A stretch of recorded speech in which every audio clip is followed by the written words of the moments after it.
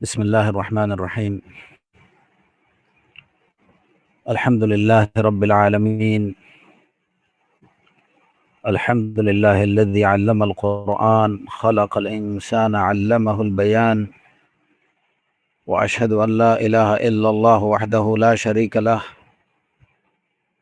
وأشهد أن محمدا عبده ورسوله صلى الله عليه وعلى آله وصحبه وسلم تسليما كثيرا. أما بعد، إخوة الكرام، তাফসীরুল কোরআনুল কারীম বিষয়ে আমাদের আজকের আলোচনা বা আলোচ্য বিষয় হচ্ছে বিসমিল্লাহির রহমানির রহিম। আমরা বিসমিল্লাহির রহমানির রহিম নিয়ে ইতিমধ্যে কিছুটা আলোচনা করেছি এবং আজকেও এ বিষয়ে আরো কিছু আলোচনার আশা পোষণ করছি। আল্লাহ সুবহানাহু ওয়া তাআলার কাছে সঠিক কথা বলার জন্য তৌফিক কামনা করছি এবং কোরআনে কারীম সম্পর্কে, কোরআনে কারীম থেকে আমরা সঠিকভাবে যা জানতে পারি, যা কিছু বুঝতে পারি, সে অনুযায়ী আমল করতে পারি, সেজন্য আল্লাহ আযজা ওয়া জাল্লার কাছে তৌফিক চাইছি আপনাদের এবং আমাদের সবার জন্য। আমরা আর রহমান আর রহিম, বিসমিল্লাহির রহমানির রহিমের এই অংশটুকু নিয়ে আলোচনা করছিলাম এবং আজকেও এই অংশে আরো কিছু আলোকপাত করব। আমরা ইতিমধ্যে বলেছি যে বিসমিল্লাহির রহমানির রহিম, এখানে আল্লাহ সুবহানাহু ওয়া তাআলার যে তিনটি নাম এবং জাতি নাম এবং যে সিফাতি নামগুলো আছে, এখানে তিনটি নাম আছে। একটি হচ্ছে আল্লাহ, অপরটি হলো আর রহমান এবং অপরটি হলো আর রাহিম।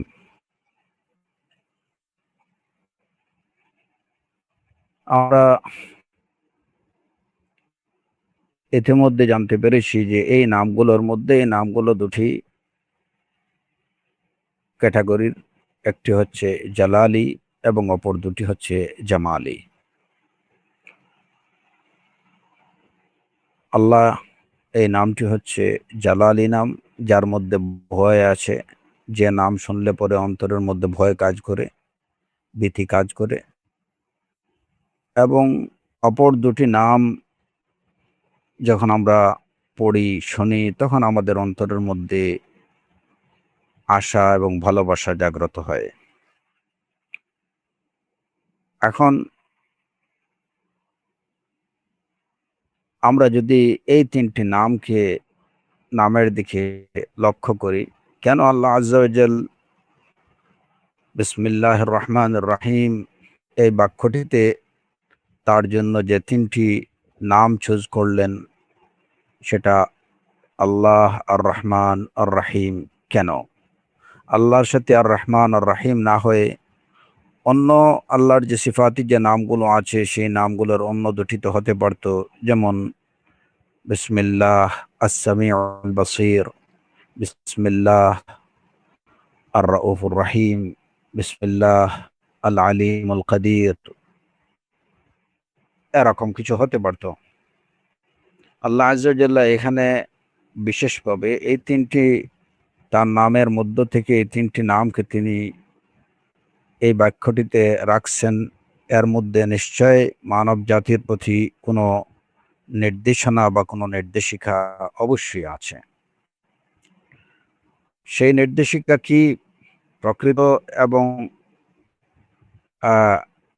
পরিপূর্ণ বিষয়, এ বিষয়ের জ্ঞান একমাত্র আল্লাহ আযজা ওয়া জাল্লার হাতে।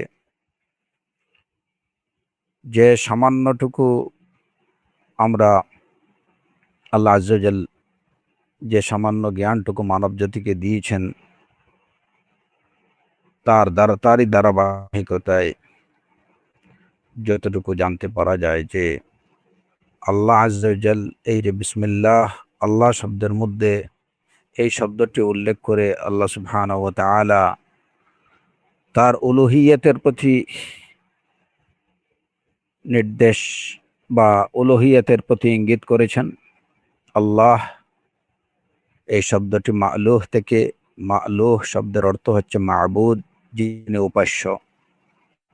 বিসমিল্লাহ এই আল্লাহ শব্দটির প্রতি মধ্যে তাওহীদুল উলুহিয়ার প্রতি ইঙ্গিত আছে।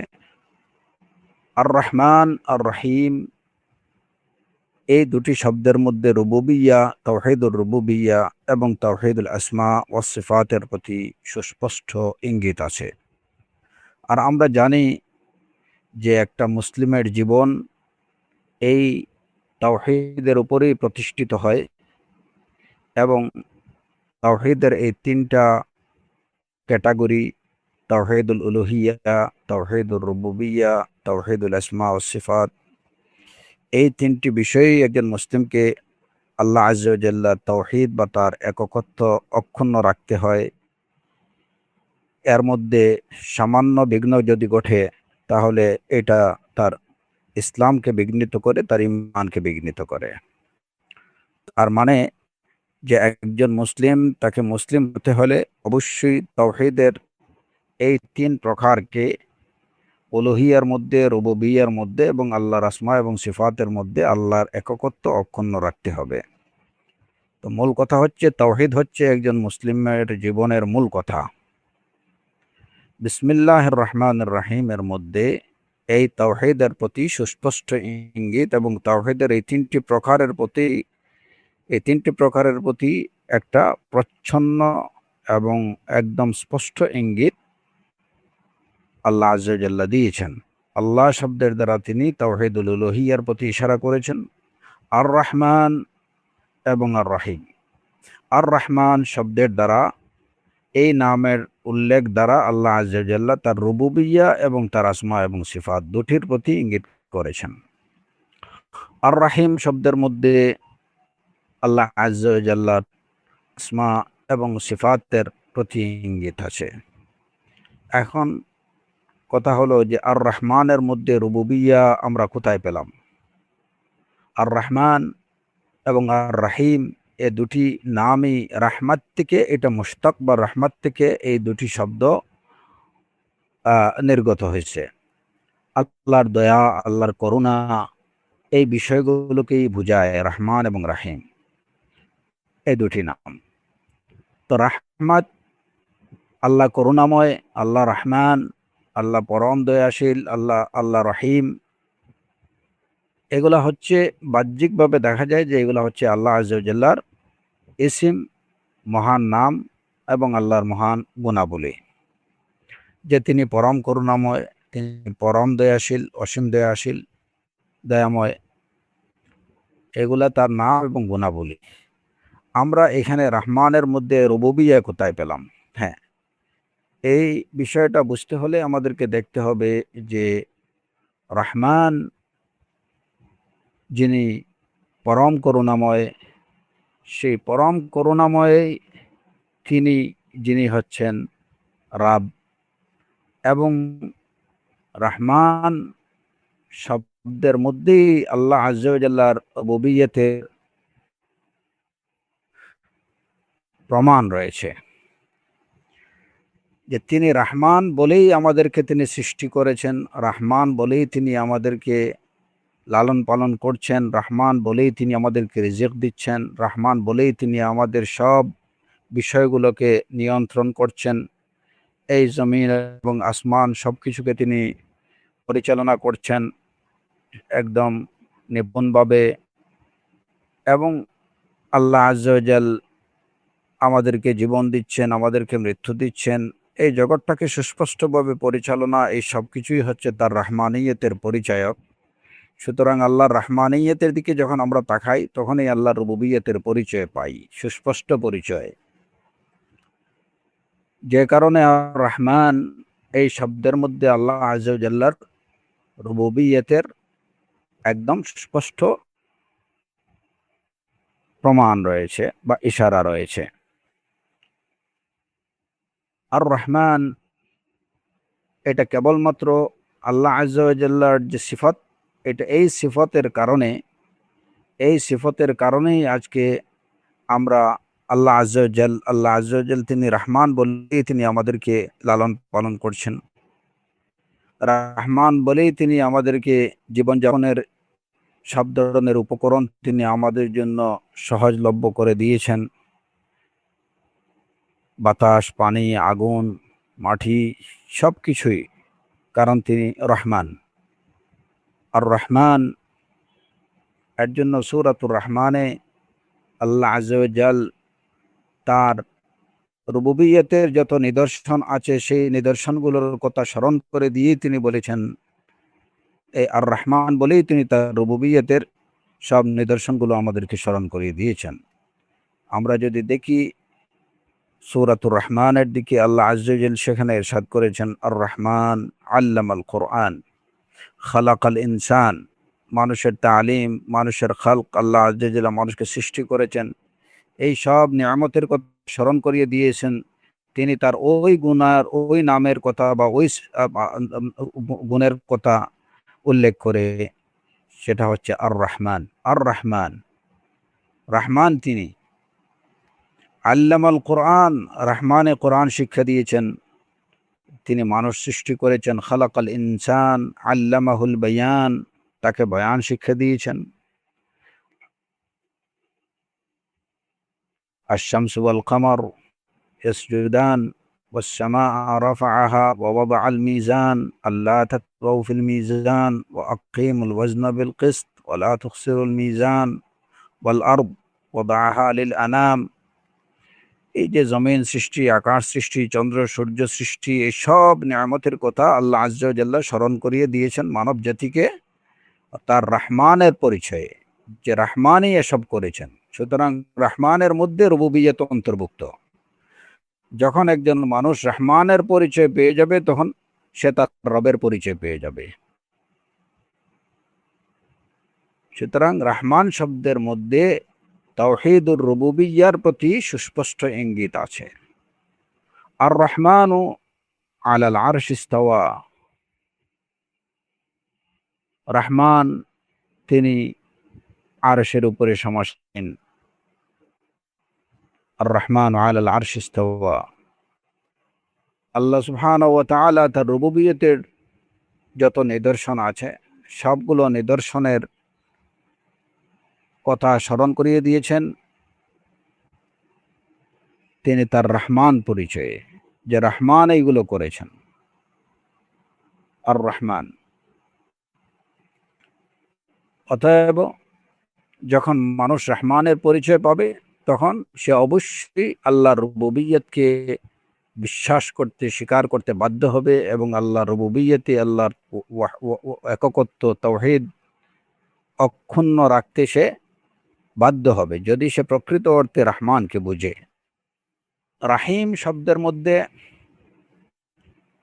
যদিও এটাও রাহমা এবং রাহিমের মধ্যেও থেকেও রুবুবিয়তের, আল্লাহর রুবুবিয়তের পরিচয় পাওয়া যায়, কিন্তু রহমান শব্দের দ্বারা যত ব্যাপকভাবে আল্লাহর রুবুবিয়তের পরিচয় পাওয়া যায়, রাহিমের দ্বারা তত ব্যাপকভাবে পাওয়া যায় না।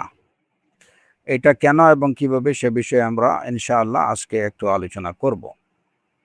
কিন্তু রাহিম, আল্লাহ রাহিম, তিনি পরম দয়ালু, এটা আল্লাহর একটা বিশেষ গুণ, আল্লাহর একটি সিফাত। তো এখানে রহমান এটাও আল্লাহ আজ্জা ওয়া জাল্লার একটা মহান আসমায়ে হুসনা, ইসম, একটা মহান নাম, এবং এর মধ্যে তার মহান গুণাবলী অন্তর্ভুক্ত। কারণ আল্লাহর প্রতিটি নাম এটা অর্থহীন না, প্রতিটি নাম সিফাতপূর্ণ, বা প্রতিটি নাম বা প্রতিটি গুণাবলী পরিপূর্ণ। এবং আল্লাহর আসমা এবং সিফাতগুলোর পরিপূর্ণতার অর্থ হচ্ছে যে আল্লাহর নাম বা গুণাবলীগুলো কেবল নাম বা গুণাবলী না, যে এটা নামের জন্য নাম এরকম না।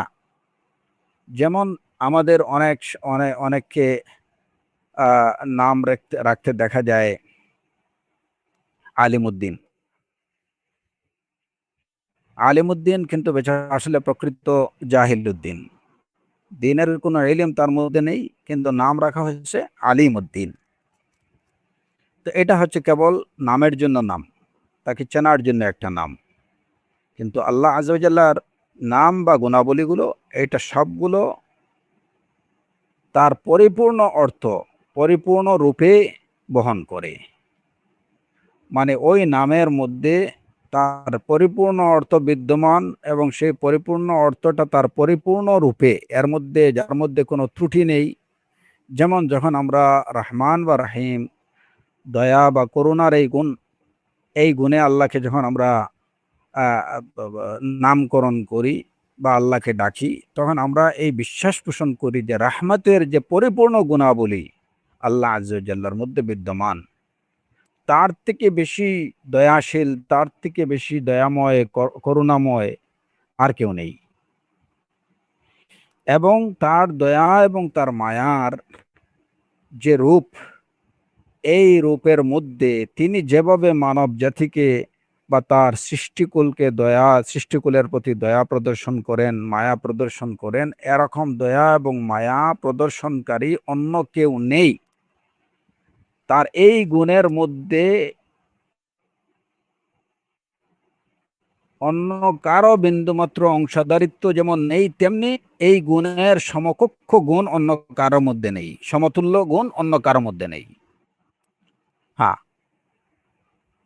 মানব জাতির মধ্যেও দয়া আছে, মায়া আছে, কিন্তু সেই দয়া এবং মায়া আল্লাহ সুবহানাহু ওয়া তাআলার মধ্যে যেভাবে, যে আকারে, যে পরিমাণে বিদ্যমান, তার সাথে এসব দয়া এবং মায়ার কোনো তুলনাই হয় না, করা যায় না। এগুলা তার দয়া মায়ার সমকক্ষ, সমতুল্য হতে পারে না। এবং এর চেয়ে বড় বিষয় হলো যে মানব জাতির যে দয়া মায়াগুলো, একজন আরেকজনের প্রতি যে মায়া প্রদর্শন করে, ভালোবাসা প্রদর্শন করে, দয়া প্রদর্শন করে, এগুলা অবশ্যই অবশ্যই এগুলা ত্রুটিপূর্ণ, এগুলা পরিপূর্ণ না। অবশ্যই এগুলা ত্রুটিপূর্ণ। এই দয়া মায়াগুলো, এগুলার মধ্যে কোনো পূর্ণতা নেই। পক্ষান্তরে আল্লাহ আযজা ওয়া জাল্লার মধ্যে রাফাত, রাহমাতের গুণটা হচ্ছে এটা পরিপূর্ণ রূপে, পরিপূর্ণ আকারে বিদ্যমান, যার মধ্যে বিন্দুমাত্র কোনো ধরনের ত্রুটি নেই। এবং সেই অর্থে আল্লাহর রাফাত এবং রাহমাতের সমতুল্য রাফাত এবং রাহমত কোনো মখলুকের মধ্যে হতে পারে না। তিনি একক রাহমাতের মধ্যে। তার রাহমত, এই গুণের একমাত্র অধিকারী তিনি। পরিপূর্ণ রাহমত, পরিপূর্ণ দয়া এবং মায়ার গুণ একমাত্র আল্লাহর মধ্যেই বিদ্যমান, অন্য কারো মধ্যে নেই। তো রাহিম এই শব্দের মধ্যেও বা এই নামের মধ্যেও, এটা যদিও আল্লাহ আযজা ওয়া জাল্লার একটি বিশেষ গুণকে ইন্ডিকেট করে, সেটা হচ্ছে রাহমা। রাহমানও ওই গুণটাকে ইন্ডিকেট করে। কিন্তু রহমানের মধ্যে রুবুবিয়তের পরিচয় ব্যাপকভাবে বিদ্যমান, রাহিমের মধ্যে ওইভাবে রুবুবিয়তের পরিচয় বিদ্যমান নেই। তার মানে হলো যে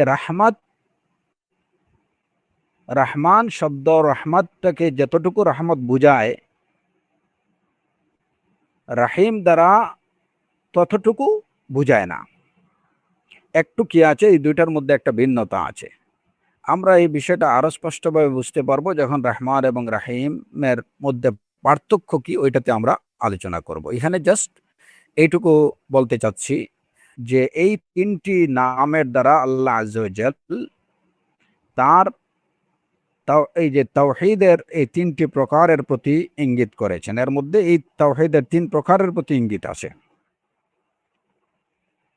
আল্লাহ শব্দের মধ্যে তাওহীদুল উলুহিয়্যার প্রতি, তাওহীদুল উলুহিয়্যার ইঙ্গিত পাওয়া যায়, প্রমাণ পাওয়া যায়। আর রহমান শব্দের মধ্যে আল্লাহর রুবুবিয়্যা এবং আল্লাহর আসমা এবং সিফাতের প্রমাণ পাওয়া যায়। এবং আর রাহিম এই নামের মধ্যে আল্লাহর আসমা এবং আল্লাহর সিফাতের প্রমাণ পাওয়া যায়। আর এই তিনটি বিষয় হচ্ছে একজন মুসলিমের জীবনের মূল ভিত্তি হচ্ছে এই তিনটি বিষয়।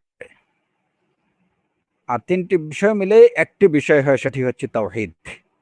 কারণ তাওহীদ পরিপূর্ণতা পাবে তখনই, একজন মুসলিম তখনই মুসলিম বা মুওয়াহিদ আল্লাহর একত্ববাদে বিশ্বাসী বলে প্রমাণিত হবে, বা তখনই সে আল্লাহর একত্বে বিশ্বাসী বলে গণ্য হবে যখন সে তাওহীদের এই তিনটি প্রকারকে সে সমুন্নত রাখবে: তাওহীদুল উলুহিয়্যা, তাওহীদুর রুবুবিয়্যা এবং তাওহীদুল আসমা ওয়াস সিফাত। উলুহিয়্যাতে আল্লাহর একত্ব অক্ষুণ্ণ রাখবে, রুবুবিয়্যাতে আল্লাহর একত্ব অক্ষুণ্ণ রাখবে এবং আল্লাহর আসমা এবং সিফাতে আল্লাহর একত্ব অক্ষুণ্ণ রাখবে। তখনই সে একজন মুসলিম বলে গণ্য হবে। সুতরাং বিসমিল্লাহির রহমানির রহিমের মধ্যে তাওহীদের সুস্পষ্ট প্রমাণ বিদ্যমান, যে কারণে আমরা শুরুতেই বলেছি যে এই বিসমিল্লাহির রহমানির রহিম এটা কেবলমাত্র একটা বাক্য নয়, একটা সাধারণ কোনো বাক্য নয়। এই বাক্যের মধ্যে অনেক কিছু আছে, যে কারণেই প্রতিটি সূরার শুরুতে আল্লাহ আযza ওয়া জাল বিসমিল্লাহির রহমানির রহিম রেখেছেন। রাসূলুল্লাহ সাল্লাল্লাহু আলাইহি ওয়াসাল্লাম বলেছেন যে যখন বিসমিল্লাহির রহমানির রহিম নাজিল হলে তখন বোঝা যেত যে এই একটা সূরা থেকে আরেকটা সূরাকে আলাদা করা যেত। এবং এই সূরা এই যে এই বাক্যটি বিসমিল্লাহির রহমানির রহিম কোরআনে কারীমেরও অংশ, এবং উলামায়ে কেরামদের অনেকের মতে এটা সূরাতুল ফাতিহারও অংশ। সূরাতুল ফাতিহার অংশ হোক কিংবা না হোক, কোরআনে কারীমের একটি সূরার একটি আয়াতের অংশ, ইন্নাহু মিন সুলাইমান ওয়া ইন্নাহু বিসমিল্লাহির রহমানির রহিম, এর মধ্যে কোনো ইখতিলাফ নেই। প্রতিটি সূরার শুরুতে বিসমিল্লাহির রহমানির রহিম রাখা হয়েছে। রাসূলুল্লাহ সাল্লাল্লাহু আলাইহি ওয়াসাল্লাম সব ভালো কাজের শুরুতে বিসমিল্লাহির রহমানির রহিম বলতে বলেছেন। তো মূল কথা হচ্ছে এই বিসমিল্লাহির রহমানির রহিম, এবং গত সেশনে আমরা আলোচনা করেছি যে এর মধ্যেই আছে মুসলমানদের কুওয়াহ, মুসলমানদের শক্তি সামর্থ্য, সব কিছুর চাবিকাঠি হচ্ছে মুসলমানদের সফলতা, মুসলমানদের বিজয়, মুসলমানদের ইহপরকালের নাজাতের সব কিছুর চাবিকাঠি হচ্ছে বিসমিল্লাহির রহমানির রহিম। এটা কেন এবং কিভাবে? কারণ এই বিসমিল্লাহির রহমানির রহিমের মধ্যেই হচ্ছে তাওহীদ। যখন একজন মানুষ বিসমিল্লাহির রহমানির রহিমে বিশ্বাসী হবে, কখন একজন ব্যক্তি বলতে পারবে যে আমি বিসমিল্লাহতে বিশ্বাসী? যখন সে তাওহীদের এই তিন প্রকারে বিশ্বাসী হবে, তখনই সে বলতে পারবে যে আমি বিসমিল্লাহির রহমানির রহিমের মধ্যে বিশ্বাসী। নতুবা বিসমিল্লাহ এখানের মধ্যে আল্লাহ আছে, আল্লাহকে যদি আল্লাহ না মানা হয়, আল্লাহকে যদি একক এবং অদ্বিতীয় স্বীকার না করা হয়, তাহলে সে বিসমিল্লাহতে বিশ্বাসী হলো কিভাবে? আর রহমান, সে আল্লাহর রুবুবিয়্যাতে যদি পরিপূর্ণ বিশ্বাসী না হয়, রুবুবিয়্যাতে যদি আল্লাহর এককত্ব অক্ষুণ্ণ না রাখে, তাহলে সে কিভাবে রুবুবিয়্যাতে বিশ্বাসী হলো? আর রহমান, বিসমিল্লাহির রহমানের প্রতি বিশ্বাসী হলো। অনুরূপভাবে আর রাহিমের প্রতি যদি সে বিশ্বাসী হয়, অবশ্যই তাকে আল্লাহর সব আসমা এবং সিফাতে আল্লাহর এককত্ব অক্ষুণ্ণ রাখতে হবে, আল্লাহর সবগুলো আসমা এবং সিফাতকে বিশ্বাস করতে হবে, স্বীকার করতে হবে। তখনই সে আর রাহিমে বিশ্বাসী বলে গণ্য হবে। সুতরাং বিসমিল্লাহির রহমানির রহিমে বিশ্বাসী হওয়ার অর্থ হচ্ছে পরিপূর্ণ তাওহীদে বিশ্বাসী হওয়া। আর যখন একজন মানুষ পরিপূর্ণ তাওহীদে বিশ্বাসী হবে, তাহলে এটাই হচ্ছে তার ইসলামের মূল ভিত, তার ঈমানের মূল বুনিয়াদ।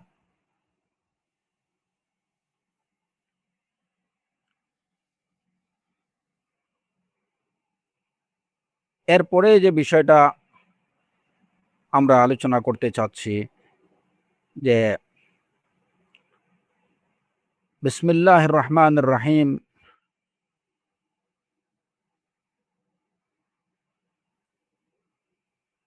এটার মধ্যে আমরা যেমন পেলাম যে এখানে তাওহীদের প্রতি সুস্পষ্ট ইশারা বা ইঙ্গিত আছে, অনুরূপভাবে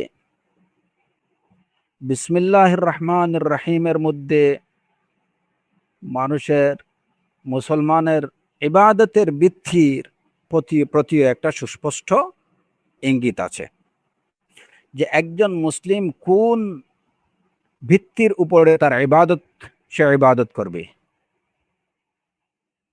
একজন মুসলিম কোন ভিত্তিতে আল্লাহর ইবাদত করবে, তার ইবাদতের কায়দা বা ইবাদতের মূলনীতি কি হবে। একজন মুসলিমের ইবাদতের মূলনীতিরও প্রতিও ইশারা আছে, ইঙ্গিত আছে বিসমিল্লাহির রহমানির রহিমের মধ্যে। এবং এটা কিভাবে দেখুন, আমরা ইতিমধ্যে জেনেছি যে আল্লাহ এই এই এই এই নামটি হচ্ছে ইসমুল জালাল বা মিনাল আসমা ইল জালালিয়া, এমন সব নামের মধ্যে একটি যে নামগুলো মানুষের অন্তরে আল্লাহর প্রতি ভয় এবং ভীতি তৈরি করে। তার মানে হচ্ছে আল্লাহ শব্দের মধ্যে খাউফ খাউফ আছে, ভয় আছে, ভীতি আছে। আর রহমান এবং আর রাহিম, এখানে দয়ার বিষয়, মায়ার বিষয়, করুণার বিষয়, এই বিষয়গুলো মানুষের অন্তরের মধ্যে আশা এবং ভালোবাসার তৈরি করে। যখনই কারো কোনো রাহমাতের কথা শোনা যায়, তার প্রতি একটা আশার তৈরি হয়, তার প্রতি ভালোবাসা তৈরি হয়। এখন যখন আমরা বিসমিল্লাহির রহমানির রহিম, আল্লাহ সুবহানাহু ওয়া তাআলা এই বাক্যটির মধ্যে মানব জাতিকে জানিয়ে দিলেন, যে বিশেষ করে মুসলিম জাতিকে, তার তাওহীদে বিশ্বাসী হওয়ার যারা বিশ্বাসী তাদেরকে জানিয়ে দিলেন যে তাদের ইবাদতের মূলনীতি কি হবে, বা তারা কোন মূলনীতিতে আল্লাহর ইবাদত করবে। সেই জালালি এবং জামালি, এই দুই মূলনীতির ভিত্তিতেই তাদের ইবাদত পরিচালিত হবে, তারা আল্লাহর ইবাদত করবে।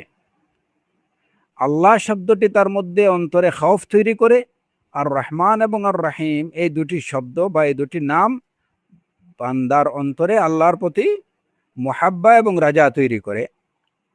সুতরাং বোঝা গেল যে মানুষের আল্লাহ আজ্জা ওয়া জাল্লার প্রতি মানব জাতি ইবাদত করবে খাউফ এবং রাজা নিয়ে। খাউফ, রাজা এবং মুহাব্বা। খাউফ, রাজা এবং মুহাব্বা। রাজাটা বা মুহাব্বাটা, এটা মুহাব্বা এবং রাজা এই দুইটা একটা আরেকটার সাথে খুব অঙ্গাঅঙ্গিভাবে জড়িত। ভালোবাসা এবং আশা, যেখানে আশা আছে সেখানে ভালোবাসা আছে, যেখানে ভালোবাসা আছে সেখানে আশা আছে। তারপরেও এখানে আশা এবং ভালোবাসা নিয়ে আমরা আর একটু বিস্তারিত আলোচনা পরে করব। তো প্রথম কথা হচ্ছে যে বিসমিল্লাহির রহমানির রহিম, এই বাক্যটির মধ্যে আল্লাহ আজ্জা ওয়া জাল্লা বাক্যটির দ্বারা উম্মতে মুসলিমাকে জানিয়ে দিলেন যে তাদেরকে ইশারা দিয়ে দিলেন, ইঙ্গিত দিয়ে দিলেন যে তাদের ইবাদতটা কোন ভিত্তিতে বা কোন মূলনীতিতে তারা পরিচালনা করবে। সেটা হচ্ছে খাউফ এবং রাজা এবং মুহাব্বা। আল্লাহ আর রহমান আর রাহিম, যখনই বিসমিল্লাহ বলবে তখনই তার মধ্যে একটা খাউফ তৈরি হবে, তার মাবুদের প্রতি তার একটা ভয় তৈরি হবে। আর রহমান আর রাহিম যখন বলবে তখনই তার মধ্যে তার মাবুদের প্রতি, তার আল্লাহর প্রতি, তার রহমানের প্রতি আশা এবং ভালোবাসা তৈরি হবে। এর জন্য ইবাদত, যে কোনো ইবাদত এই দুই মূলনীতিতে পরিচালিত হওয়া উচিত, আল খাউফ ওয়ার রাজা। আমরা যখন আল্লাহর ইবাদত করব তখন আমাদের মধ্যে এই দুইটি বিষয় একই সাথে থাকা প্রয়োজন। আল্লাহর প্রতি ভয় নিয়ে আল্লাহর ইবাদত করব, এবং একই সাথে আল্লাহর প্রতি আমাদের আশা থাকবে, আল্লাহর প্রতি আমাদের ভালোবাসা থাকবে। ইয়াদউনা রাব্বাহুম খাউফান ওয়া তামাআ, কোরআনে কারীমের এই আয়াতে আল্লাহ আজ্জা ওয়া জাল্লা সে কথাটাই বলেছেন যে তারা আল্লাহকে ডাকে খাউফান, ভয়ে, ওয়া তামাআন, আশা নিয়ে।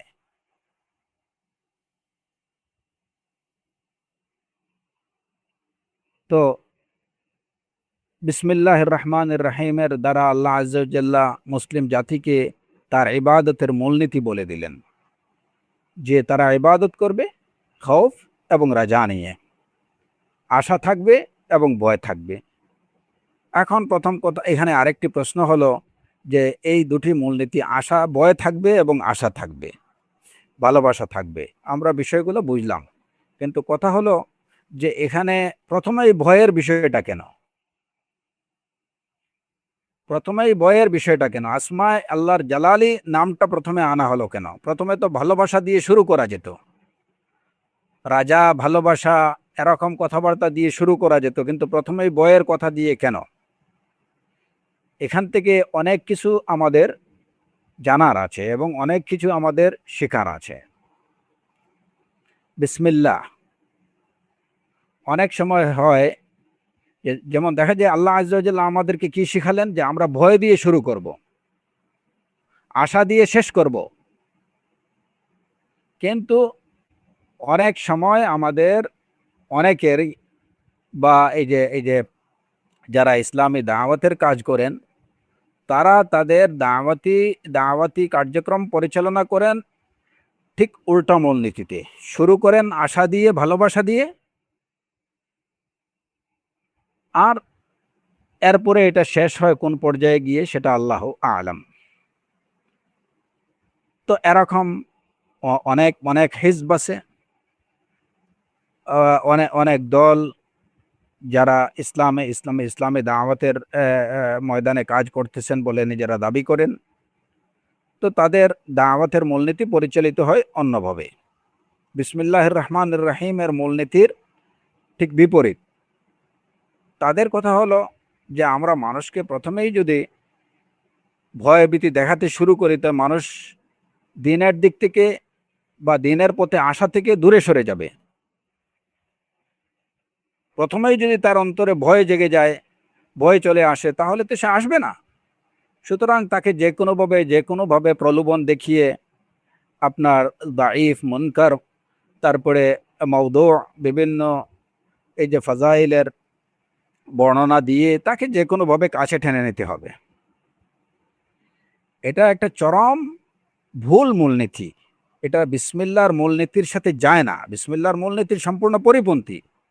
যদি এই মূলনীতি এটা ইফেক্টিভ হতো, তাহলে অবশ্যই আল্লাহ আযজা ওয়া জাল্লা ওইভাবেই বলতেন, বিইসমির রহমানির রহিমিল্লাহ, বিইসমির রহমানির রহিম আল্লাহ, যে রহমানুর রহিম আল্লাহর নামে শুরু করছি। কিন্তু আমরা কি বলছি? শুরু করছি আল্লাহ রহমানুর রাহিমের নামে। আগে আল্লাহর কথা আসছে, ইসমুল জালাল।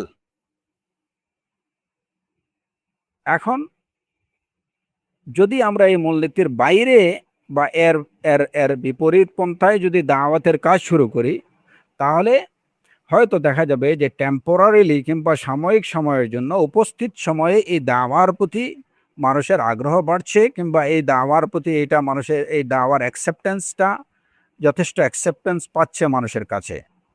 কারণ মানুষ ভয়ের কথা শুনতে চায় না, সবাই আশার বাণী শুনতে চায়, সবাই ভালোবাসার কথা শুনতে চায়। ভয় ভীতি এগুলা মানুষ শুনতে চায় না। কিন্তু মানুষের এই বিষয়টা, বা যারা দাওয়াতের ময়দানে কাজ করেন তাদের এই বিষয়টা জানা দরকার, যে যখনই দ্বীনের দাওয়াতটা হবে নিজস্ব মেথড অনুযায়ী, তখন আপনাদের এই আশার বাণীটা শোনাইবে ব্যর্থ পরিহাস। আশার লালিত বাণী শোনাইবে ব্যর্থ পরিহাস। এটা সাময়িকভাবে আপনারা দেখবেন যে মানুষ বলতেছে যে না, এরা খুবই লিবারেল, এরা খুবই শান্তিপ্রিয়, এরা খুবই জনপ্রিয়, হ্যাঁ, এবং এরা মানুষকে দিনের প্রতি আহ্বান করে, দিনের দাওয়াত দেয় খুব সুন্দরভাবে, সাবলীলভাবে। হ্যাঁ, এই যে সস্তা জনপ্রিয়তা, এটা অর্জন করা যাবে, কিন্তু এন্ড অফ দ্য ডে এই জনপ্রিয়তাটা এটা প্রকৃতপক্ষে ইসলামের পক্ষের জনপ্রিয়তা লাভ করা যাবে না, কিংবা এই লোকগুলোকে প্রকৃতপক্ষে ইসলামের দিকে আনা যাবে না, এদেরকে প্রকৃত ইসলাম বোঝানো যাবে না। কারণ আপনি, আমরা যদি স্বাভাবিকভাবে একটা একটা বিষয় যদি আমরা দেখি, যে একটা লোককে আপনি সবসময় আপনি তাকে আদর করেন, এই লোকটা কখনো আপনি তাকে আহ, আহ, আহ, মানে কি করেন না, সতর্ক করেন না, সাবধান করেন না, বা তাকে কখনো কঠিন কথা বলেন না, আহ, ধমক দেন না, যদি এই লোকটাকে আপনি সব সময় যদি আদর আর সোহাগ দিয়ে তাকে বড় করতে শুরু করেন, তাহলে দেখবেন যে এই লোকটা পরিপূর্ণ তারবিয়ত বা সঠিক লালন পালন যেটুকু একজন অভিভাবক থেকে পাওয়ার কথা সেটা সে পাবে না, এবং এক পর্যায়ে সে অনেক বেপরোয়া হয়ে যাবে, যা ইচ্ছা তাই করবে। এর প্রমাণ, অসংখ্য প্রমাণ আমাদের চোখ খুললেই আমরা দেখতে পাই, যে অনেক আদর আহ্লাদ দিয়ে বড় করছে, কিন্তু ওই ছেলেটা বা মেয়েটা যখন বড় হয়েছে এটা বেপরোয়া হয়ে গেছে, মা বাবা কখনো তাকে শাসন করেনি। এ ধরনের ছেলেমেয়েরাই বেশি বেপরোয়া হয়। কিন্তু যারা শাসন এবং আদর, স্নেহ দিয়ে এই সব কিছুর সংমিশ্রণে যারা বড় হয়, আল্লাহর ইচ্ছায় এরাই সঠিক তরবিয়ত প্রাপ্ত হয়, এদের বেশিরভাগই। তো এখন একজন মানুষকে আপনি বললেন যে ঠিক আছে, আপনি যা করতেছেন ওইগুলা নিয়ে কোনো চিন্তা নেই, বাস আমাদের দাওয়াত হচ্ছে এটা ইসলামের দাওয়াত, আল্লাহ গফুরুর রাহিম, শান্তির প্রতি, সবাই মিলেজুলে চলি, কেউ কাকে মন্দ বলার দরকার নেই। হ্যাঁ, সবাই আমরা এই যে সহযোগিতা, সহমর্মিতা বা সহাবস্থান করি, কথাগুলো বাহ্যিকভাবে ঠিক আছে, কথা ঠিক, কিন্তু উদ্দেশ্য ভুল এবং নীতিটাও ভুল।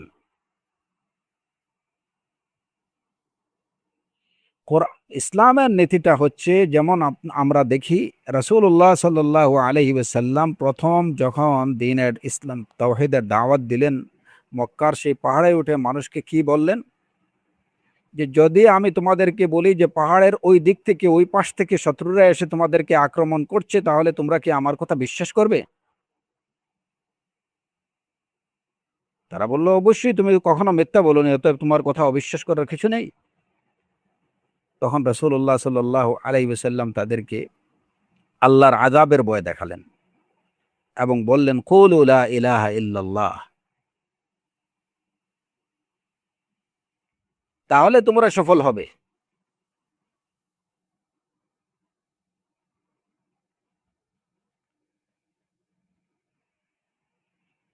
সূরাতুল মুদ্দাসসিরের দিকে তাকান, আল্লাহ আযজা ওয়া জাল্লা সেখানে কি বলছেন, ইয়া আইয়ুহাল মুদ্দাসসির কুম ফাআনযির, হে মুদ্দাসসির আপনি উঠে দাঁড়ান, ফাআনযির, এবং মানুষকে আপনি ভীতি প্রদর্শন করেন, ভয় প্রদর্শন করেন আখিরাতের, আল্লাহর আযাবের, আল্লাহর গজবের, জাহান্নামের। কুম ফাআনযির,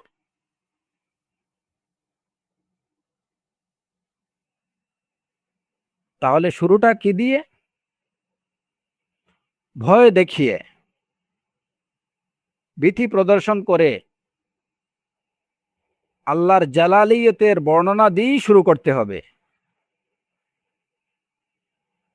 যদি জামালিয়ত দিয়ে শুরু করা হয়, তাহলে তার মনের মধ্যে আল্লাহর প্রতি ভালোবাসাটা বা আল্লাহর প্রতি আশা এমনভাবে পেয়ে বসবে যে সে ওইখানে তার আর কোনো ভয় তার কাজ করবে না।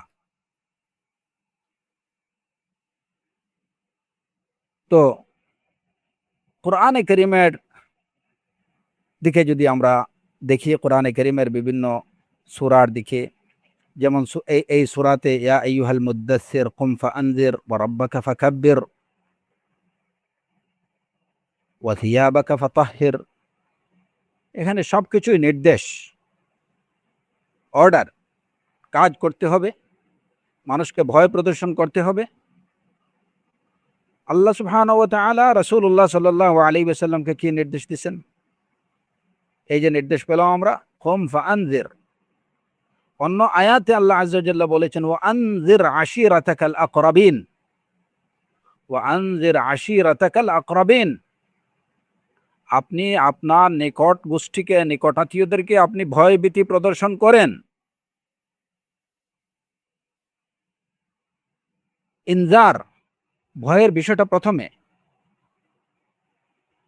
তাদেরকে প্রথমে বুঝাতে হবে যে তোমরা যে পথে আছো ওই পথ থেকে যদি সরে না আসো তাহলে আল্লাহর আযাব, আল্লাহর গজব এবং জাহান্নাম তোমাদেরকে পেয়ে বসবে। জাহান্নাম হবে তোমাদের ঠিকানা, আল্লাহর আযাব তোমাদের জন্য হবে অবধারিত। ইত্তাকুল্লাহ। আল্লাহ আযজা ওয়া জাল্লা তার নবীকে ওই প্রসেস বা ওই নীতি শিখাইছেন। ওয়া আনজির আশিরাতাকাল আকরাবিন, কুম ফাআনজির।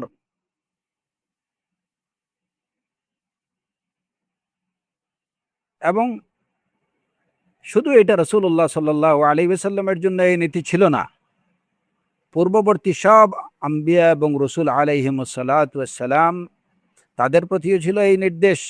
তাদের এই নীতি মেনে চলা তাদের জন্য ছিল, এই নীতি মেনে চলার নির্দেশ তাদের প্রতিও ছিল। কোরআনে কারীমে আল্লাহ আযজা ওয়া জাল্লা বলছেন, ওয়া ইম মিন উম্মাতিন ইল্লা খালা ফিহা নাযীর, ওয়া ইম মিন উম্মাতিন ইল্লা খালা ফিহা নাযীর। এমন কোন জাতি নেই যে জাতির মধ্যে আমি ভয় প্রদর্শনকারী বা ভীতি প্রদর্শনকারী পাঠাইনি। প্রত্যেক জাতির মধ্যেই ভীতি প্রদর্শনকারী এসে গেছেন। এখানে তো এই আয়াতে তো বলা হয়নি ওয়া ইম মিন উম্মাতিন ইল্লা খালা ফিহা বাশীর, যে প্রত্যেক উম্মতের মধ্যেই একজন সুসংবাদ প্রদানকারী এসে গেছেন, এটা বলা হয়নি। আল্লাহ আযজা ওয়া জাল্লা কি বলছেন? প্রত্যেক জাতির মধ্যেই একজন ভীতি প্রদর্শনকারী এসে গেছেন। ওয়া ইম মিন উম্মাতিন ইল্লা খালা ফিহা নাযীর। এত গেল মানব জাতির কথা। যদি দেখা যায় যে জিন জাতির বিষয়ে, সেখানেও দেখেন যে তারাও কিন্তু প্রথমে ওই মেথড দিয়ে শুরু করছে। প্রথমে ভয়, ভীতি প্রদর্শন। কোরআনে কারীমে আল্লাহ আযজা ওয়া জাল্লা তাদের সম্পর্কে বলেছেন, ওয়া ইয সারাফনা ইলাইকা নাফারাম মিনাল জিন্নি ইয়াস্তামিউনাল কুরআন ফালাম্মা হাদারুহু ক্বালু আনসিতু ফালাম্মা কুদিয়া ওয়াল্লাউ ইলা কওমিহিম মুনজিরিন। যখন আমি আপনার কাছে জিনদের এক ছোট্ট দল পাঠালাম, তারা কোরআন শুনল, যখন আপনার কাছে এসে তারা উপস্থিত হলো, ক্বালু আনসিতু, একে অপরকে বলল চুপ থাকো। ফালাম্মা কুদিয়া ওয়াল্লাউ ইলা কওমিহিম মুনজিরিন, কোরআন শোনা যখন শেষ হলো, তারা তাদের কওমের কাছে ফিরে গেল ভীতি প্রদর্শনকারী হিসাবে। ওয়াল্লাউ ইলা কওমিহিম মুনজিরিন।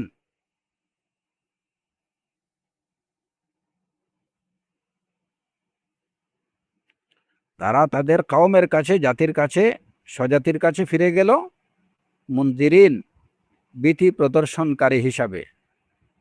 সুতরাং দ্বীনের দাওয়াত শুরু করতে হবে মানুষকে ওয়া আনজির আশিরাতাকাল আকরাবিন, কুম ফাআনজির। এই ভয়, ভীতি প্রদর্শন করে। সেই ভীতি কিসের? আল্লাহর ভয়, আল্লাহর আযাবের ভয়, আল্লাহর গজবের ভয়, জাহান্নামের ভয়, আখিরাতের ভয়, ইয়াউমুল কিয়ামার ভয়। এগুলো মানুষকে জানাতে হবে। এগুলো জানালে কি হবে? এখন কথা হলো, কেউ বলতে পারে যে এগুলো শোনার পরে মানুষ কি করবে? আরো পালিয়ে যাবে। পালিয়ে যাবে কোথায়? যখন সেই বিষয়গুলো জানবে, আপনি যখন তাকে বুঝাবেন যে এই পুরা জমিন এবং আসমানকে আল্লাহ, সবকিছুই আল্লাহর, আল্লাহর ইলমের মধ্যে, তার ইলমের বাইরে যাওয়ার সাধ্য কারো নেই। সুতরাং আল্লাহর নির্দেশ, অবশ্যই আল্লাহর আদেশ মানতে হবে, আল্লাহর নিষেধকৃত বিষয়গুলো থেকে বেঁচে থাকতে হবে। যদি সেটা না করা হয় তাহলে ফাইন্নী আখাফু আলাইকুম আযাবা ইয়াউমিন আলীম। এই ভীতিগুলো প্রদর্শন করলে মানুষ দৌড়ে পালাবে সেই আল্লাহর দিকে। অর্থাৎ দৌড়ানি খেয়ে সে কোথায় যাবে? আল্লাহর দিকে যাবে, আল্লাহর দিকে প্রত্যাবর্তিত হবে। ফাফিররু ইলাল্লাহ, পালিয়ে যাও আল্লাহর দিকে। এখন পালাবে কখন? এই যে কোরআনে কারীমের এই আয়াতে আল্লাহ আযজা ওয়া জাল্লা বললেন, ফাফিররু ইলাল্লাহ, পালাও, আল্লাহর দিকে পালাও।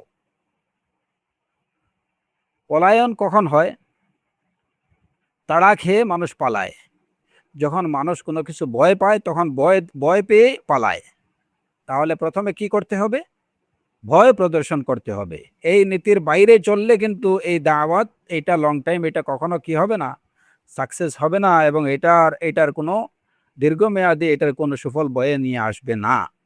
সস্তা জনপ্রিয়তা লাভ করা যাবে, সস্তা মার্কেট পাওয়া যাবে, এবং এই যে উদারপন্থী হিসাবে পরিচয় পাওয়া যাবে। এই সব কিছু হয়তো দুনিয়াবী বিভিন্ন উদ্দেশ্য হাসিল হবে, কিন্তু প্রকৃত অর্থে দিনের যে উদ্দেশ্য সেটা অর্জিত হবে না। দ্বীনের দাওয়াত, ইসলামের দাওয়াত, এটাকে এটাকে সফলতা পেতে হলে বা এই ক্ষেত্রে সফলতা লাভ করতে হলে অবশ্যই আল্লাহ আজ্জা ওয়া জাল্লার নির্দেশিত, রাসূলুল্লাহ সাল্লাল্লাহু আলাইহি ওয়াসাল্লামের অনুসৃত যে মেথড, যে নীতি, যে পন্থা, সেটা অবলম্বন করতে হবে। এর বাইরে কোনোভাবে সাকসেস লাভ করা যাবে না, যেটা প্রকৃত অর্থে সাকসেস যেটা, সেটা লাভ করা যাবে না। ফাফিররু ইলাল্লাহ, সুতরাং বিসমিল্লাহ শুরুতেই আসছে সেই ইসমুল জালাল আল্লাহ, যেটা মানুষের অন্তরের মধ্যে একটা ভয় তৈরি করে। আল্লাহ, যে আমাকে ইবাদত করতে হবে, তিনি আমার মাবুদ, তিনি আমার উপাস্য, তার প্রতি আমার করণীয় আছে। কুম ফাআনজির ওয়া রাব্বাক ফাকাব্বির ওয়া সিয়াবাক ফাতাহহির, তোমার রবের তাকবীর দাও, তোমার কাপড় পরিধেয় বস্ত্র কি করো, পবিত্র করো। ওয়া সিয়াবাক ফাতাহহির, আপনার পোশাক পবিত্র করুন। ওয়া রিজ ফাহজুর ওয়া লা তামনুন তাস্তাকসির ওয়া লিরাব্বিক ফাসবির, প্রতিটি হচ্ছে আদেশ, এবং এই আদেশগুলো পালনই হচ্ছে ইবাদা।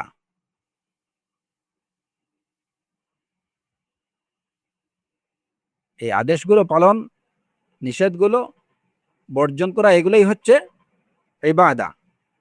সুতরাং উলুহিয়ার মধ্যে খাউফ, এবং খাউফটাই মানুষকে আল্লাহর ইবাদতের দিকে পরিচালিত করে।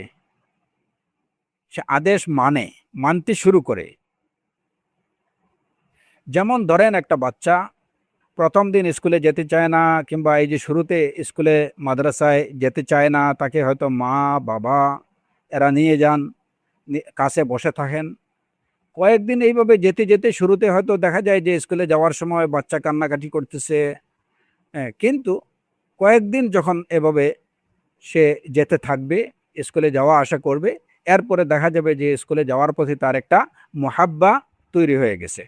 তখন সে নিজে স্কুলে যাওয়ার জন্য কান্নাকাটি করবে। কিন্তু তাহলে শুরুটা কিভাবে করতে হবে? শুরুটা কঠিন, শুরুটা সহজ না। ইসলামের শুরুটা যদি আমরা দেখি, পথটা ছিল খুবই কণ্ঠকাকীর্ণ, খুবই কঠিন। কঠিন পথ পেরিয়ে গিয়ে তারপরে কি আসছে? নাসরুল্লাহ, নাসরুম মিনাল্লাহ, ফাতহুম মিনাল্লাহ। এই কণ্ঠকাকীর্ণ পথ অতিক্রম করে গিয়ে তারপরে সুখের এবং শান্তির নাগাল পাওয়া গেছে। বা'দা কুল্লি উসরিন ইউসরা, কষ্টের পরে সুখ আসে। তাহলে শুরুটা করতে হবে ভয় দিয়ে, ভীতি দিয়ে। আল্লাহ শব্দের মধ্যে এই সব নীতির প্রতি কিন্তু ইঙ্গিত। আমাদের এই বিষয়গুলো বুঝতে হবে। এর জন্য বিসমিল্লাহকে শুধুমাত্র একটা বাক্য হিসাবে যদি কেউ নেয়, তাহলে সে দিনের কিছু বুঝতে পারবে না। বিসমিল্লাহ, এই ছোট বাক্যটির মধ্যে কত বিষয় আল্লাহ আযজা ওয়া জাল্লা কত বিষয়ের ইঙ্গিত রেখেছেন। যাদেরকে এসব বিষয় বুঝার তৌফিক দিয়েছেন, কেবল তারাই সেটা বুঝতে পারে, জানতে পারে।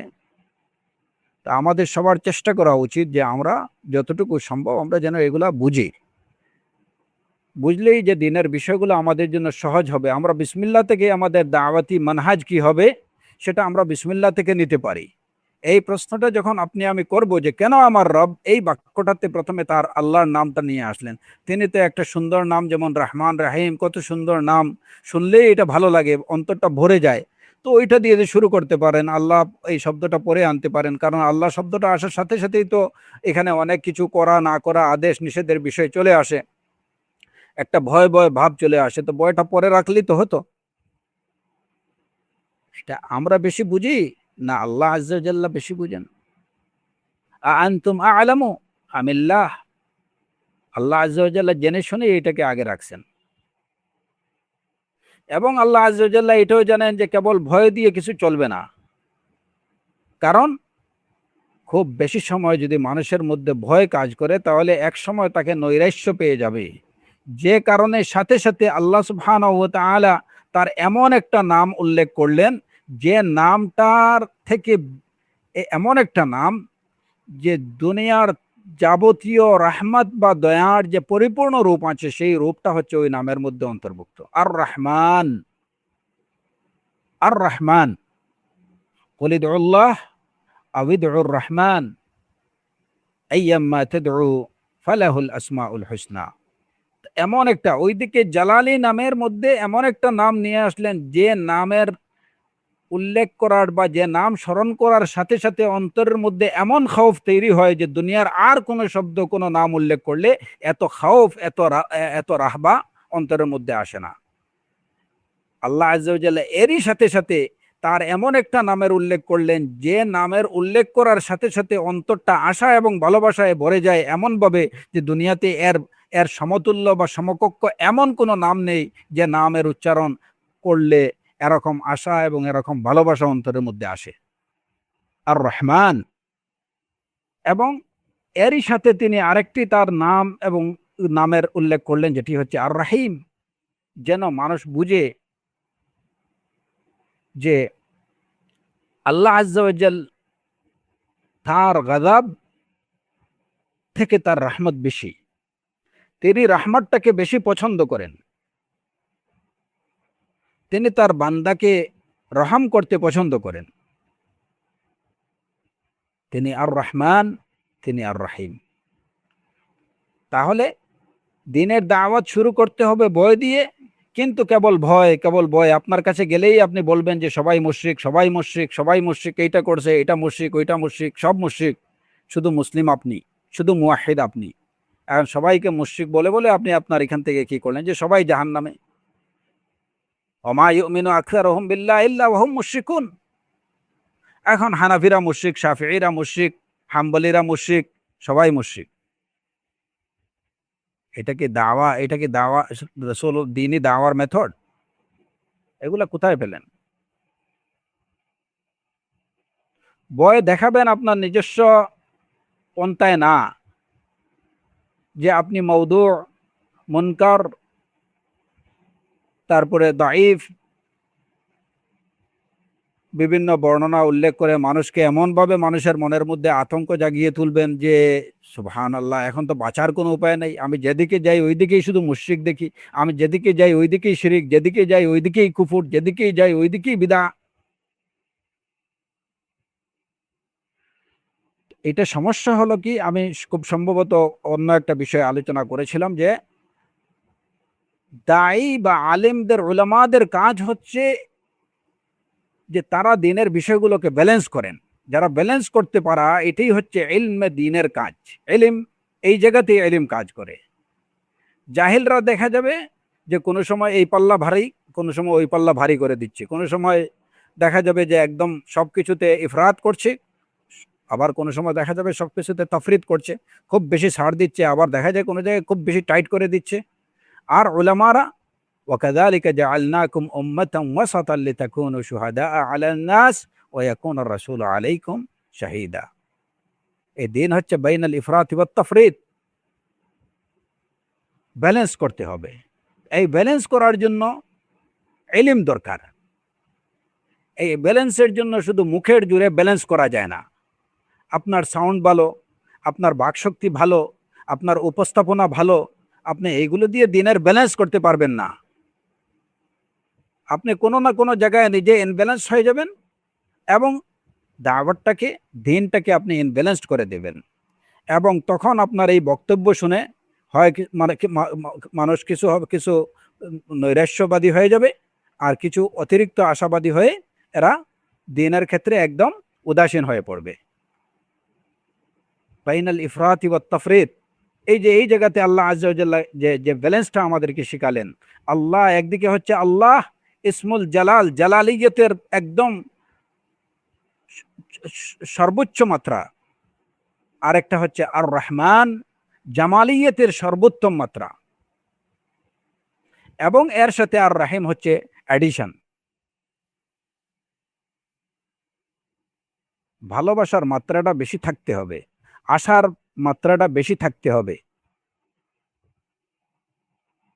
কারণ অতিরিক্ত খাউফ, অতিরিক্ত ভয় অনেক সময় মানুষকে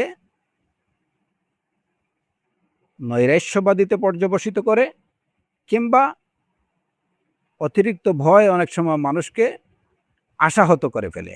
একদম সম্পূর্ণ আশাহত করা, বা সে সে তার কাজকর্ম সবকিছু ছেড়ে দিয়ে মানে অনেক বেশি বেপরোয়া হয়ে যাওয়া বানিয়ে দেয়, অনেক বেশি বেপরোয়া বানিয়ে দেয়। এর জন্য হচ্ছে আর রহমান আর রহিম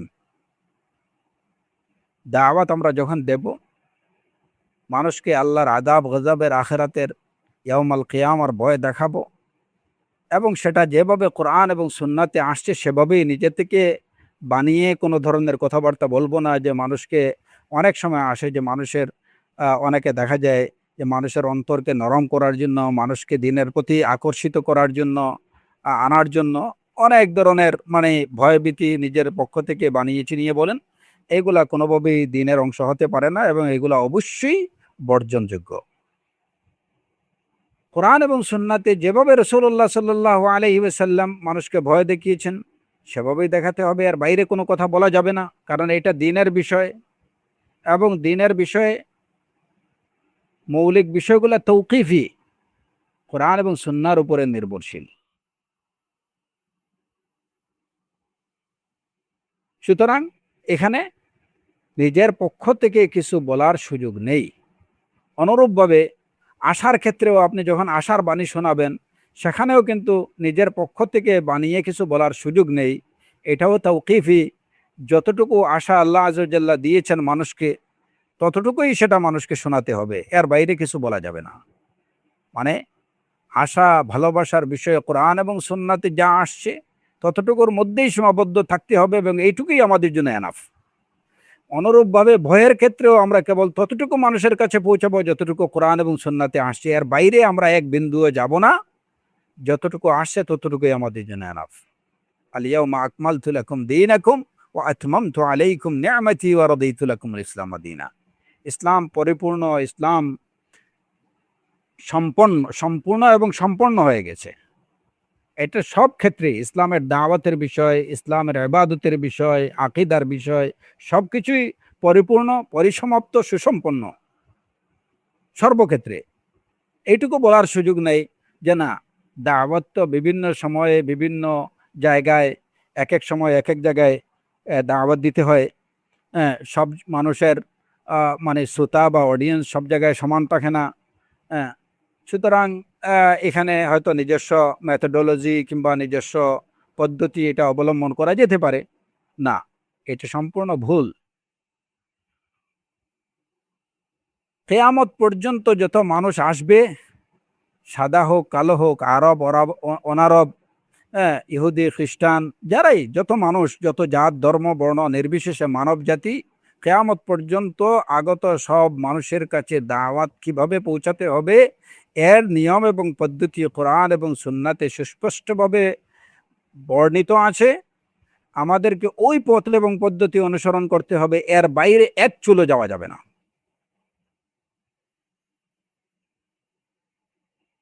দ্বীনের দাওয়াতের ক্ষেত্রে এই মূলনীতি আমাদের অনুসরণ করতে হবে। হ্যাঁ, এর অর্থ এইটুকু না যে আপনি কোরআনে কারিমে যেটুকু আসছে সেটাই বলবেন, সুন্নাহর মধ্যে যেটুকু আসছে সেটা বলবেন, এর বাইরে কিছু বলতে পারবেন না।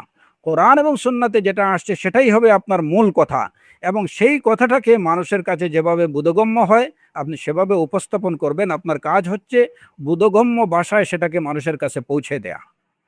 এখন মানুষের কাছে বোধগম্য করতে গিয়ে ওইখানে মূল বিষয়ের সাথে এমন কোনো বিষয় আপনি অ্যাড করতে পারবেন না যেটা কোরআন এবং সুন্নাহর সাথে সাংঘর্ষিক, কিংবা যেটা কোরআন এবং সুন্নাহর মধ্যে নেই, এরকম কিছু আপনি দিতে পারবেন না।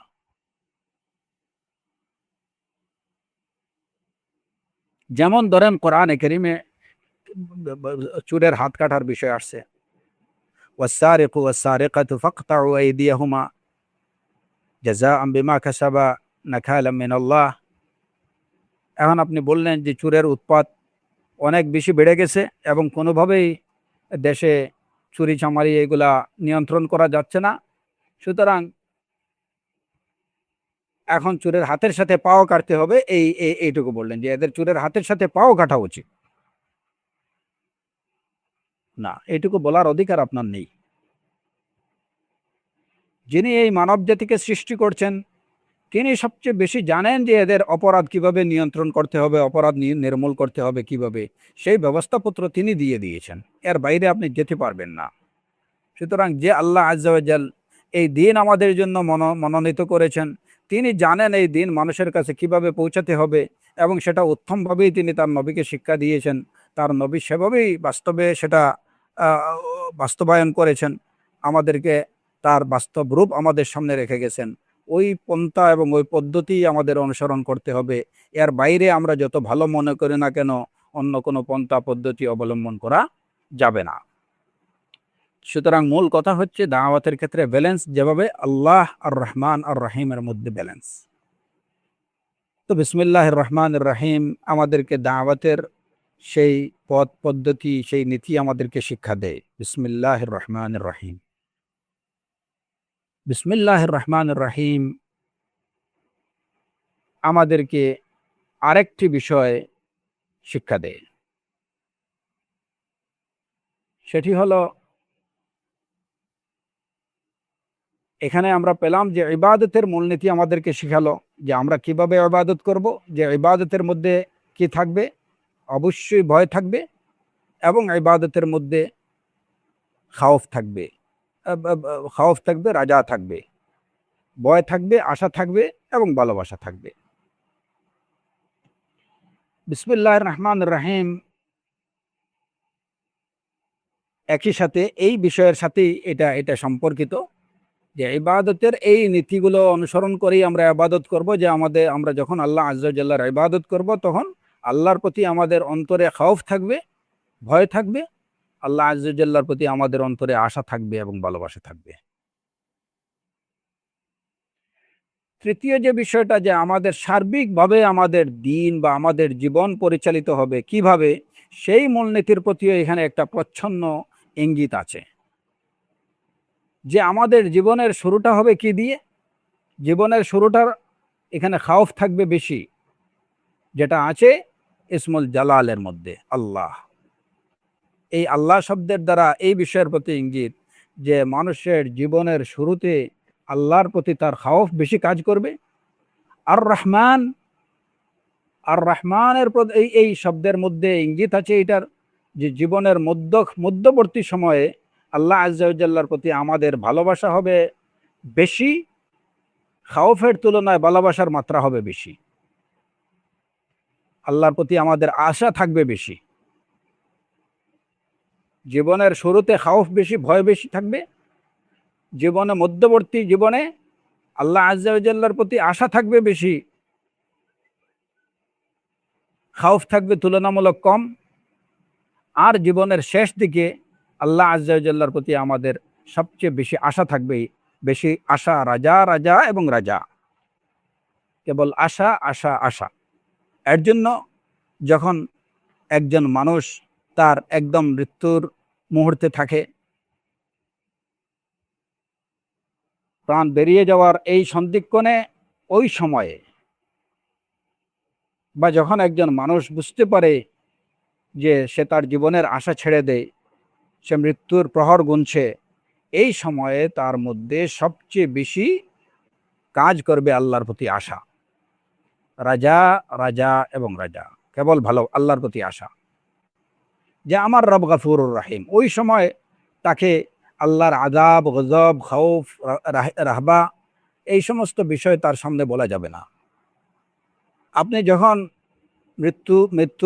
মৃত্যু পথযাত্রী একজন একজন একজন লোকের সামনে উপস্থিত হবেন, ওইখানে গিয়ে আপনি তাকে আল্লাহর প্রতি আশার বাণী শোনান যে আপনি ভয় করেন না, চিন্তা করেন না, আমাদের রব গফুরুর রাহিম। হ্যাঁ, তিনি আরহামুর রাহিমিন, ইয়াগফিরুজ যুনুব ওয়ালা ইউবালি। তিনি মানুষের গুনাহ, মানুষের পাপ তিনি ক্ষমা করে দেন, তিনি কারো পরোয়া করেন না। তিনি আরহামু বিইবাদিহি, তার বান্দার প্রতি তিনি সবচেয়ে বেশি করুণাশীল, সবচেয়ে বেশি দয়াশীল। এই সমস্ত আশার বাণীগুলো তাকে শোনাতে হবে। এবং মৃত্যু পথযাত্রী মুসলিমের উচিত যে তার মনের মধ্যে তার রবের প্রতি শুধু আশা থাকবে যে আমার রব আমাকে পাকড়াও করবেন না, আমার রব আমাকে, আমি আমার জীবনে যত ধরনের, আমার থেকে যত বিচ্যুতি, যত ত্রুটি, যত গুনাহ, যত নাফরমানি যাই হয়েছে, আমার রব গাফফার আয-যুনুব, আমার রব সাত্তার আল উয়ুব, আমার রব আরহামুর রাহিমিন, সেই রবের সাক্ষাতে আমি যাচ্ছি। তো জীবনের শেষ মুহূর্তে থাকবে কেবল আশা, জীবনের মধ্যবর্তী সময়টুকু থাকবে আশা এবং ভয় দুইটার মিশ্রণ, কিন্তু এই জায়গাতে আশার প্রাধান্য থাকবে। আর জীবনের শুরুতে সেটা শুধু থাকবে, বেশিরভাগ ভয়ের মাত্রা থাকবে বেশি, কারণ ওই সময়ে মানুষের মধ্যে নাফরমানি করার যে ক্যাপাসিটি বা নাফরমানি করার শক্তি সামর্থ্য বেশি থাকে, যা ইচ্ছা তাই করতে পারে। হ্যাঁ, ওই সময় মানুষ থাকে, ইয়াং বয়সে মানুষ থাকে বেপরোয়া। এই কারণে ওই সময় তাকে নিয়ন্ত্রণের জন্য, সে নিজেকে নিয়ন্ত্রণ করার জন্য বা তাকে নিয়ন্ত্রণ করার জন্য তার সামনে বেশিরভাগ আল্লাহ আজ্জা ওয়া জাল্লার খাউফের, আল্লাহর প্রতি ভয় এবং ভীতি তাকে প্রদর্শন করতে হবে, এবং আল্লাহর প্রতি ভয়ের বিষয়গুলো তাকে তার অন্তরের মধ্যে নিয়ে আসতে হবে। তাহলে সে আল্লাহর নাফরমানি থেকে বেঁচে থাকতে পারবে। কারণ জীবনের একটা সময় আছে যে মানুষ চাইলেও অনেক কিছু করতে পারে না। যেমন একজন 50 বছরের লোক, 60 বছরের লোক, সে চাইলেও চুরি করতে পারবে না, রাতে বের হয়ে চুরি ডাকাতি এগুলা করতে পারবে না, মাস্তানি করতে পারবে না। হ্যাঁ, তো অনেকগুলা নাফরমানি থেকে সে বাধ্যতামূলকভাবেই তাকে সরে থাকতে হচ্ছে। কিন্তু যুবক বয়সে, ইয়াং এই যে একজন মানুষের মধ্যে ভালো মন্দ দুটো করারই শক্তি এবং সামর্থ্য থাকে। এজন্য রাসূলুল্লাহ সাল্লাল্লাহু আলাইহি ওয়াসাল্লামের হাদিস থেকে জানা যায় যে একজন যুবকের ইবাদা, এটা আল্লাহ আজ্জা ওয়া জাল্লার কাছে অনেক বেশি পছন্দ। কারণ কি, যে সে নিজেকে আল্লাহর নাফরমানি থেকে, গুনাহ থেকে বিরত রেখে সে আল্লাহর আনুগত্যের দিকে মনোযোগ দিচ্ছে, আল্লাহর আনুগত্যে নিজেকে নিবেদিত করছে। চাইলে সে ওই মুহূর্তে অন্য কিছু করতে পারত। তো বিসমিল্লাহির রহমানির রহিম আমাদের জীবনের পথ চলা কিভাবে হবে সেটা আমাদেরকে শিখায়। যে তোমার জীবনের শুরুতে তোমার মধ্যে ভয় রাখো বেশি, খাউফ।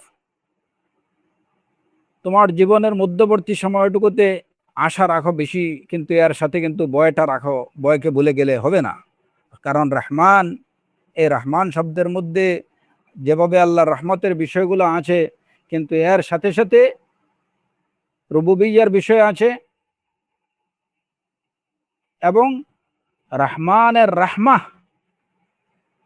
কেন, এখানে একটা প্রশ্ন আছে যে আর রহমান শুরুতে না হয় আমরা এটা বুঝলাম যে আল্লাহ, এটার মধ্যে ইসমুল জালাল, এটার মধ্যে খাউফ আছে, কিন্তু মধ্যবর্তী সময়ে এর পরে তো মধ্যখানে যে শব্দটা আমরা দেখতে পাই বিসমিল্লাহির রহমানির রহিমের, এখানে আর রহমান, আর রহমান এখানে তো কেবল রাহমাত, তাহলে এখানে ভয় আসলো কোথা থেকে? এই একটা প্রশ্ন আছে। তো এই প্রশ্নের ইনশাআল্লাহ আমরা আগামীকালের আলোচনায় এই প্রশ্নের সমাধান আমরা করার চেষ্টা করব বিইজনিল্লাহ তাআলা। যে কেন জীবনের মধ্যবর্তী সময়টাতে আশার সাথে ভয় থাকবে, আর জীবনের শেষ সময়টুকুতে কেন কেবলমাত্র আশা থাকবে। আর রাহিম, আমরা দেখি যে আর রহমান এবং আর রাহিম দুইটাই রাহমাত থেকে মুশতাক, দুইটাই দয়া করুণার অর্থ বুঝায়। তাহলে এই দুটি শব্দের মধ্যে একটার মধ্যে আমরা কেবল আশা পেলাম, শুধু আশা, আর একটার মধ্যে আশার সাথে ভয়, এটা কিভাবে হলো? ইনশাআল্লাহ আগামীকাল বিইজনিল্লাহ তাআলা এই প্রশ্নের উত্তর আমরা বুঝার চেষ্টা করব। আজকের আলোচনা এখানেই শেষ করছি। ওয়া আখিরু দাওয়ানা আনিল হামদুলিল্লাহি রাব্বিল আলামিন ওয়া সাল্লাল্লাহু আলা নবিয়িনা মুহাম্মদ ওয়া আলা আলিহি ওয়া সাহবিহি আজমাইন।